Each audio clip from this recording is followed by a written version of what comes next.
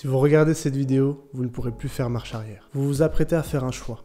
Le savoir ou l'ignorance. L'ignorant n'a pas conscience de son ignorance. Dès lors que vous savez, vous cessez d'être ignorant. Et bénis sont les ignorants. Ignorance is bliss. Aujourd'hui, on parle du déterminisme et s'il existe, comment s'en extraire. Je suis Medjed Boussahaba, psychologue et coach. J'accompagne les individus et les organisations à la fois dans de la thérapie et du coaching. Le concept qu'on s'apprête à aborder, il est passionnant et c'est un sujet de discorde parmi la communauté scientifique. Il permet d'augmenter votre pouvoir au prix de votre vulnérabilité. C'est accepter la chute comme seul moyen de s'envoler. Avant de commencer, je voudrais faire une précision sur ce qu'est le déterminisme et ce qu'il implique. Si ce n'est pas encore fait, je vous invite à vous abonner, à cliquer sur le bouton et activer la cloche. Ça encourage ma démarche et puis ça me fait savoir aussi si la vidéo vous plaît ou pas. Le déterminisme, il peut être défini comme le fait d'être spectateur de ses décisions et actions. Il serait le résultat d'un environnement, d'une éducation, de l'impact d'éléments externes qui vont emprisonner l'individu dans une destinée inconnue. Ce concept, il fait particulièrement débat à une ère où la figure de l'entrepreneur successful prend place et devient le statut désiré par tous, ou en tout cas par beaucoup. L'homme serait en réalité capable de s'extraire de ce déterminisme à la force de ses bras. L'autorité de cette stature fait débat et déclenche la controverse. Sommes-nous réellement en proie au déterminisme? Est-ce que les facteurs environnementaux, situationnels, y conditionnent réellement notre histoire? Est-ce que vous avez la possibilité de vous en extraire? Et quand bien même cela est-il possible? Ce comportement de rébellion, de celui de s'affranchir du déterminisme, n'est pas lui aussi symptomatique d'un déterminisme sous-jacent? J'ai réussi à être le numéro 1 mondial en m'entraînant durement, en bougeant tous les matins et en étant discipliné. Je suis le fruit de mon travail. Ça vous dit quelque chose? No matter how bad things go, my heart, my mind will carry my body with my limbs are weak. Who am I? I'm the champion! C'est à la fois vrai et faux.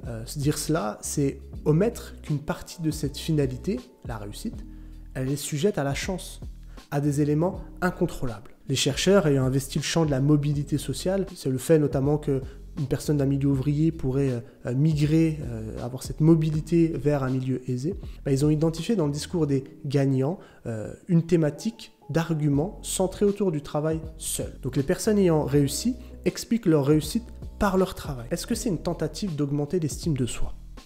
Une protection contre l'idée d'un monde chaotique où l'ascension sociale dépend d'autres facteurs? Quoi qu'il en soit, la vérité se trouve toujours dans le gris. Si on prend 100 individus et qu'on leur demande d'agir de la même manière, tous ne réussiront pas. Le fait d'obtenir le témoignage du gagnant, c'est ce qu'on appelle le biais du survivant. Le biais du survivant, en fait, c'est une forme de biais cognitif qui consiste à surévaluer les chances de succès d'une initiative en concentrant l'attention sur les sujets ayant réussi, mais qui sont en réalité des exceptions statistiques, des survivants, plutôt que des cas représentatifs. Et à ça, on peut retrouver un deuxième biais, parce qu'on en est bardé, le biais d'autocomplaisance. Il s'agit d'un biais cognitif également qui nous amène à penser que les réussites, elles tiennent de causes internes. J'ai réussi par mon travail. Et que les échecs viennent des causes externes. J'ai pas réussi parce qu'il est raciste. Les décisions ou les actions d'un individu sont la cause de sa réussite. Chacun apportera sa définition de la réussite.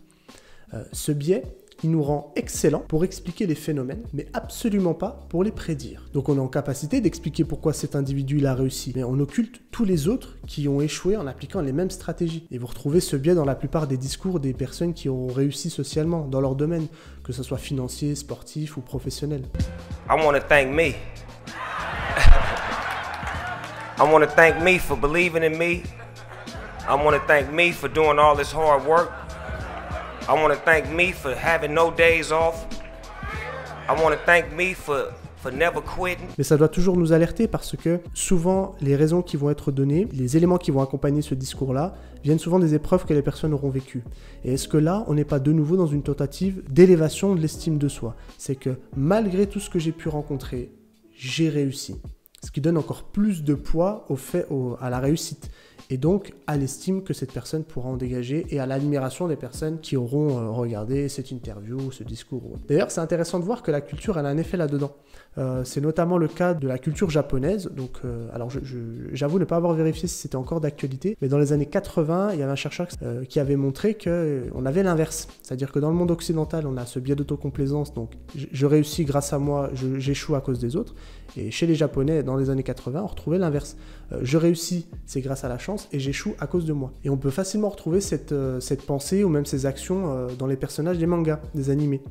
Et compte tenu du fait que la France est un grand consommateur de mangas, je me demande si on peut retrouver une influence dans ce biais-là chez les jeunes générations. Ce biais cognitif, l'autocomplaisance, il fait partie de ce qu'on appelle plus généralement le locus of control. C'est votre façon d'observer les causes de ce qui se passe, les attributions causales. Donc ça vous éclairera pas mal de fois. C'est que quelle est la cause de nos comportements ambiants ?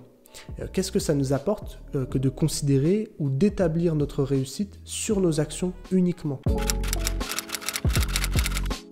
Je pense qu'on peut voir le déterminisme comme une protection à l'estime de soi. Nous avons un désir profond de préserver l'estime que nous avons de nous-mêmes et on va avoir une tendance à attribuer nos succès aux facteurs internes et à attribuer nos échecs aux facteurs externes. Donc un facteur interne, ça pourrait être le travail, ma discipline, mon courage.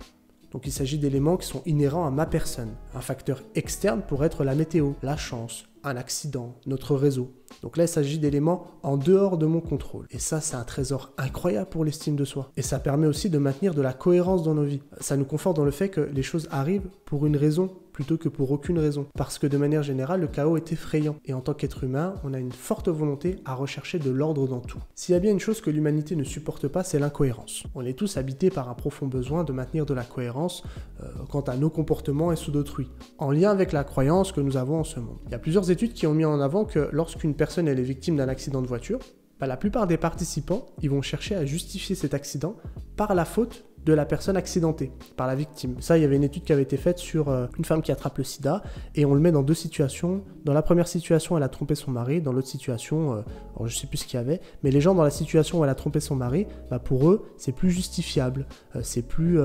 acceptable, entre guillemets. Ils vont être plus en accord avec cette chose-là et ils vont l'inculper presque. Il y a d'autres études qui ont également mis en évidence que lorsqu'on demande à un groupe de participants de justifier le bombardement de civils, par exemple, dans un contexte de guerre. Donc évidemment, les civils, ça inclut femmes, enfants, personnes en situation de handicap. Et bien, on devient très bon pour trouver des raisons d'avoir attaqué ce pays-là ou d'avoir attaqué ces civils-là. Comme si tout était fait pour légitimer notre position de bourreau. Comme si on voulait préserver notre estime et presque trouver du bon dans ce qu'on fait. On ne supporte pas le chaos et on fait tout pour maintenir l'ordre parce que ce serait beaucoup trop inconfortable de se dire que les choses arrivent sans raison. Parce qu'on serait face à un monde complètement chaotique où vous n'avez aucune garantie que ce que vous êtes en train de faire aura le résultat que vous espérez. Donc c'est là où le mythe de l'entrepreneur à succès, qui est élevé par le fruit de son travail, apparaît. Il devient l'incarnation d'un espoir. Celui d'être issu des classes les plus défavorisées pour atteindre le sommet de l'échelle sociale, le sommet de l'échelle alimentaire. Il passe de l'état de proie à celui de prédateur, mais également celui de pouvoir s'extirper du déterminisme à la force de son mindset. Mais est-ce qu'on peut vraiment s'en extraire ou bien est-ce qu'on ne se berce tout simplement pas d'illusions ? À toute époque de l'histoire, plusieurs auteurs se sont attelés à cette question. Il semble en fait qu'une partie de la réponse, elle se trouve dans nos attitudes et dans nos croyances. La croyance, notre croyance, c'est l'interprétation que nous faisons du monde et de son fonctionnement. Notre croyance influence nos émotions, nos pensées, nos attitudes et comportements. Le besoin de cohérence, décrit précédemment, il convoque en nous le besoin que les pensées et les comportements déployés confirment notre croyance. Si les actions amènent un changement, la réponse pour s'extraire du déterminisme serait de changer la croyance, ce qui amènerait des actions différentes. Ça rejoint la définition de cet auteur. Vous comprendrez très bien pourquoi je ne m'essaye pas à le prononcer. Dans son livre The Evolving Self, l'idée de l'existence d'un libre arbitre est une prophétie auto-validée. Ceux qui croient en cette idée sont libérés du déterminisme absolu des forces extérieures. Donc nos croyances déterminent notre réalité. Ce que tu vises détermine ce que tu vois. Cela postule que croire ou non apporte des résultats différents. Ça implique que la croyance pourrait, dans une certaine mesure, être plus importante que les faits. Les faits pourraient être désignés comme notre environnement, notre culture, notre intelligence, le statut socio-économique de notre famille, notre pays de naissance. En somme, tous les facteurs hérédités sur lesquels nous avons que peu de contrôle. La clé se trouverait dans le fait de déplacer notre attention des facteurs externes pour nous concentrer sur nos facteurs internes. En faisant ça, on prend le risque de mettre en péril notre estime, si on évalue notre valeur à notre condition actuelle. Ignorer les éléments sur lesquels nous avons peu de contrôle et placer notre attention sur les éléments sur lesquels nous avons du contrôle serait la clé. Il faut être clair sur ce point-là. Ce n'est pas parce que je place mon attention sur les choses sur lesquelles j'ai du contrôle que je suis en train de dire que c'est la raison pour laquelle je suis dans cette situation-là. C'est simplement que quelle est la croyance, qui vous mobilise le plus? Est-ce que croire que vous n'obtenez pas d'appartement parce que les personnes sont racistes, est-ce que ça vous permet d'augmenter vos chances de trouver un appartement? Est-ce que vous dire ça vous met dans un mouvement, vous met à essayer d'améliorer le dossier, vous met à essayer de démarcher plus de personnes pour avoir cet appartement? Ou bien est-ce que ça vous maintient dans le fait que, on ne peut rien faire contre cette situation-là? Donc l'idée n'est pas d'apporter une réponse concrète sur est-ce que le déterminisme est présent ou pas. Ce serait une question qui est beaucoup trop complexe avec beaucoup trop de variables. En revanche, choisir là où on place son attention et se mettre en mouvement est probablement la chose la plus intéressante. Et c'est ce qu'on retrouve dans la morale du colibri. La légende du colibri, je crois que c'est une légende africaine où une forêt est embrasée, tous les animaux de la forêt essaient de s'en sortir, tout est enflammé. Les éléphants s'en vont, les lions s'en vont, les girafes, les hippopotames, les sangliers, les lapins. Tout le monde est en train de fuir ce brasier et sur le chemin de leur fuite, ils croisent un petit colibri qui a une petite goutte d'eau dans son bec et vient la jeter dans les flammes. Et à peine la goutte d'eau quitte le bec du colibri que l'eau s'évapore déjà instantanément. Il est clair que son action n'a que peu d'effet sur le feu. Pourtant, il fait sa part. Les animaux s'arrêtent, ils disent « Mais qu'est-ce que tu fais, colibri? Tu vois bien que ce que tu es en train de faire n'a aucun effet. » Il dit « C'est pas grave, je fais ma part. Je place mon attention sur ce que je peux contrôler. Et ce que je peux contrôler, c'est faire des allers-retours à la rivière pour aller y déposer une goutte d'eau. » Et en voyant ça, certains animaux commencent à se mobiliser. Le lapin se dit qu'il est un peu plus imposant que le colibri, qui pourrait rapporter plus d'eau et qui n'accepterait pas le fait de n'avoir rien fait pour essayer d'éteindre ce feu. Donc il se met en action. Le sanglier voit le lapin, se met en action. Le lion voit le sanglier, se met en action. L'éléphant voit le sanglier, se met en action. Et toute la forêt se mobilise pour essayer d'éteindre ce feu. À travers la seule part du colibri, il est en capacité d'avoir un niveau d'influence supérieur à son action lui-même. Donc lorsque vous vous concentrez sur les choses sur lesquelles vous avez du contrôle, vous n'avez pas la moindre idée de l'influence positive que ça peut avoir sur votre entourage. Et des histoires comme celle-ci, il y en a plein d'autres, notamment celle de Gandhi. Et c'est pas le seul, mais où l'exemple peut être assez incroyable. De par mon comportement seul, je peux avoir une influence sur un État. Donc votre croyance est la clé. Et c'est là où rentre en scène le mindset. Le mindset ou état d'esprit, c'est un champ de recherche qui a été particulièrement investigué parce qu'il consiste comme une porte d'entrée pour gérer les conséquences des causes hors de notre contrôle. Donc il y a plusieurs études qui ont été réalisées, que ce soit en ce qui concerne le stress, la créativité, la maladie, l'intelligence. Et notamment, il y a une psychologue qui a écrit un livre là-dessus, je crois, qui s'appelle « Oser réussir » ou « Mindset, une nouvelle psychologie de la réussite ». Donc, qui s'appelle Carol Dweck, qui est psychologue, et qui a notamment mis en lumière 2 types de mindset.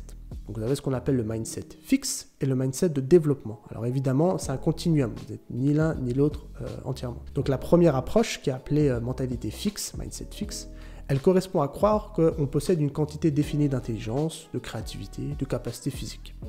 L'autre, qui est appelée mindset de développement, mentalité de développement, elle porte à penser qu'on peut avoir dans le temps une évolution de ses talents. Selon que l'on possède une mentalité fixe ou une mentalité de développement, notre rapport à l'échec il change considérablement.